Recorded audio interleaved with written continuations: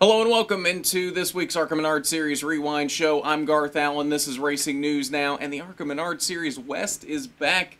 Their second trip to Irwindale, California, the half-mile speedway, 150 laps for the Napa Auto Parts 150, presented by Sunrise Ford. And let's be quite honest right off the bat, I'm not sure this was quite as exciting of a race as the first trip to Irwindale was this season. We had racing for the lead and all throughout the pack most of the day at the first trip to Irwindale. This one, we had some racing for the lead.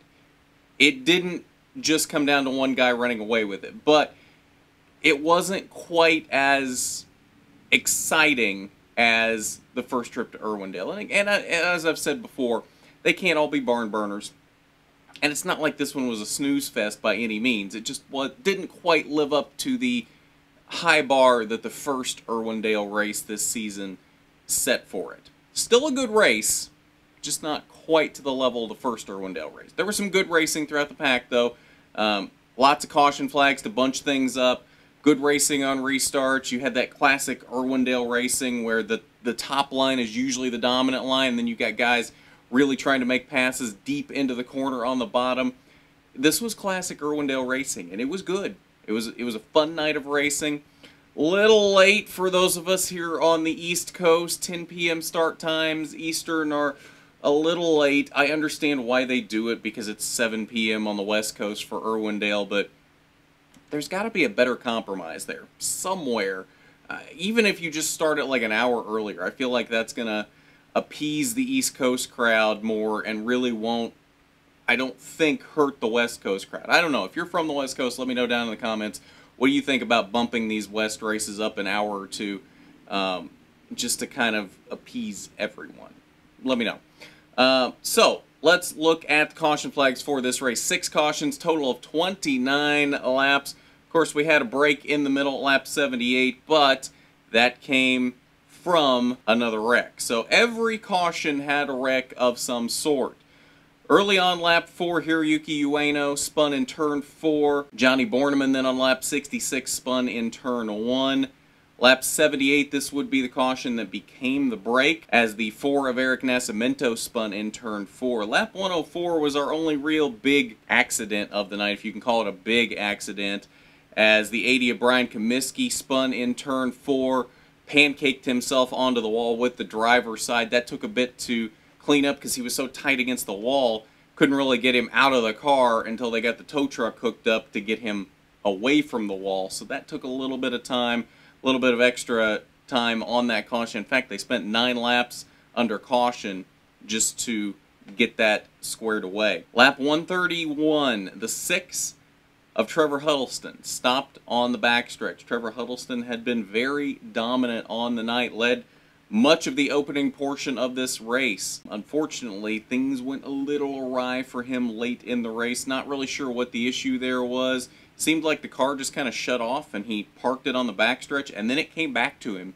A couple laps later, after he was like 3 laps down at that point under caution, car came back to life and he finished the race. So I'm not really sure what the issue there was, but very unfortunate to see, as this was probably the best run we've seen out of Trevor Huddleston in a couple of years, and unfortunately he was not able to cap it off and race for the win like I think he deserved to last night. Final caution came at lap 147 to set up overtime as Bridget Burgess spun in turn 4.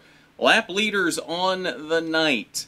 As we mentioned, Trevor Huddleston led much of the early portion of the race, 87 laps to be exact. But you see only one other lap leader there, and as we know, Trevor Huddleston stopped on the backstretch with about 20 laps to go and then continued about 3 laps down. So, deductive reasoning would tell you that Jesse Love, with his 66 laps led, is your winner. 3rd straight Irwindale victory for Jesse Love. He's got this track figured out. I've got to wonder what would have happened, though, if Dean Thompson was in this race. Remember back to the first Irwindale race, Dean Thompson was super fast, led all but, what, like 3 laps in that race before Jesse Love took the lead on a late restart and won the race. I think Dean Thompson would have really given Jesse Love a run for his money in this race, and would have given Trevor Huddleston a run for his money had he been here. Unfortunately, if you hadn't heard, Dean Thompson did come down with a positive COVID test on Friday morning, and that's why he was not in this race. Ryan Partridge subbing in the 51 car. Our thoughts are with Dean for a speedy recovery, and I just hope I wasn't the bad luck on Tuesday with the iRacing stream. Hopefully we will see him back at Portland better than ever and still competing for these wins. So let's look at your results from this race. Of course, as we know, Jesse Love is your winner. Jake Drew came home in second, flying that banner for Sunrise Ford after Trevor Huddleston had his issues. Came so close to it, gave Jesse a real run for his money there, especially on the overtime restart. Kept it right there, very close to Jesse. Just didn't quite have the speed to get to Jesse on that late run, and unfortunately was not able to get there. Still a career best finish for Jake Drew, and I noticed a pattern last night as he has now gone 3 straight races getting his best career finish. He was 4th at the first Irwindale race, 3rd at Colorado, and now 2nd at the other Irwindale race. So, by that pattern, that means he's due to win the next race, which is Portland here in about a month. Jake Drew has some pretty good road racing experience from what I've heard, so stands to reason that would make sense that we're set up for a first career win from Jake Drew coming up in Portland. We'll see if that comes to pass, but that would be the trend that is coming. So if I were a betting man, I would put my money on Jake Drew for Portland. PJ Pedroncelli started on the pole, blistering lap in the combined practice qualifying session. Unfortunately, didn't quite have the handle on the car early in the race, fell back to 6th or 7th early on in the race. Came down, made a few adjustments throughout the race. Finally, I think, had the car running well at the end of the race. And in fact, before we got the overtime caution, he looked to be the fastest car on the track. So I wonder what would have happened if he had had more laps to fight his way back. Unfortunately, just kind of ran out of laps to get to the front, but he did seem to be the fastest car on the track late in the race, and I really would have liked to have seen what he could have done if he had gotten to Jesse Love and Jake Drew. Unfortunately, just kind of ran out of time to do that. Joey East came home in 4th, and Ryan Partridge fought his way back from a lap down for a top 5 run in Dean Thompson's 51 car for High Point Racing. Rest of your top 10, Cole Moore in 6th, Todd Souza 7th, Takuma Koga, Eric Nascimento, and Trevor Huddleston 3 laps down, still with a top 10 in this race. So not as bad as it could have been, but definitely not as good as it should have been either for Trevor Huddleston. Final page, 11th through 20th, Amber Balkin in a BMR Toyota came home in 11th. Bobby Hillis there in 12th. Bridget Burgess, after her spin, came home in the 14th position. And that is your results from the Napa 150 at Irwindale. Should have a Jesse Love interview coming up here in the next couple of days. We'll let you know when that will happen, but that I've been assured shouldn't be an issue. We just need to figure out when that will happen. So keep an eye out for that. Make sure you're subscribed and your notifications are turned on so you know when that comes out and when we're chatting with Jesse. So let's look at your point standings following this race. Jesse Love extends his points lead in the West by 11 points over his teammate Cole Moore. Jake Drew sits in the 3rd spot, 14 points back, tied with Todd Souza. PJ Pedroncelli has climbed his way back into 5th, 20 points out of the lead. Joey East there in 6th, 21 points back.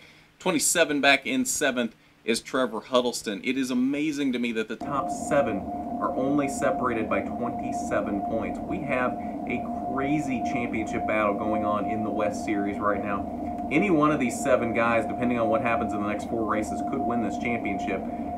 And it's exciting to see what is going to happen in the next 4 races. Now, one name you don't see on this top 10 is Dean Thompson.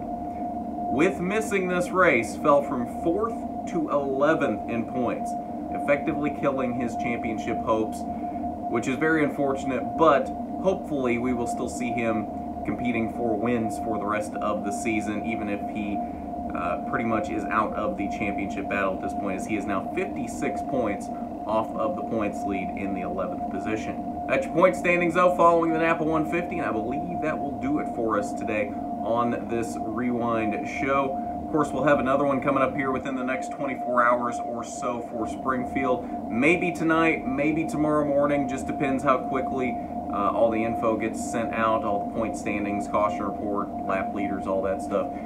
Depends on how quick they get that sent out, and we have that for you. So keep an eye out for that. Just make sure you're subscribed and you got your notifications turned on. You'll know what happens there. But of course, we will have a watch party coming up here shortly. The plan is to have this out before the watch party. We'll see if that happens, but there should be a watch party for Springfield coming up here at 2:30 Eastern this afternoon for Springfield, the Allen Crow 100. So come join us for that. It will be a fun time as we watch the Springfield Dirt race together and see what happens there. And then iRacing Tuesday coming up on Tuesday as well. Had Dean Thompson this past week working on possible driver for this week, so we'll see what happens there. If not, we'll definitely be in a Carb Cup or a Pickup Cup race depending on where they are at this week. So come hang out for the fun, 8 p.m. Eastern on Tuesday for that, and then who knows what else we might have for you this week. So I think that's going to do it. So with that, thank you as always to our Patreon supporter, Regional Manager William Holmes. Thank you as always for your support. It is greatly appreciated. If you would like to be a patron of RNN, the link is down below in the description, patreon.com/racingnewsnow. Not required by any means, but it's definitely appreciated when you want to support RNN in that way. But that's going to do it. So at that, this has been the ARCA Menard Series Rewind Show. I'm Garth Allen for Racing News Now.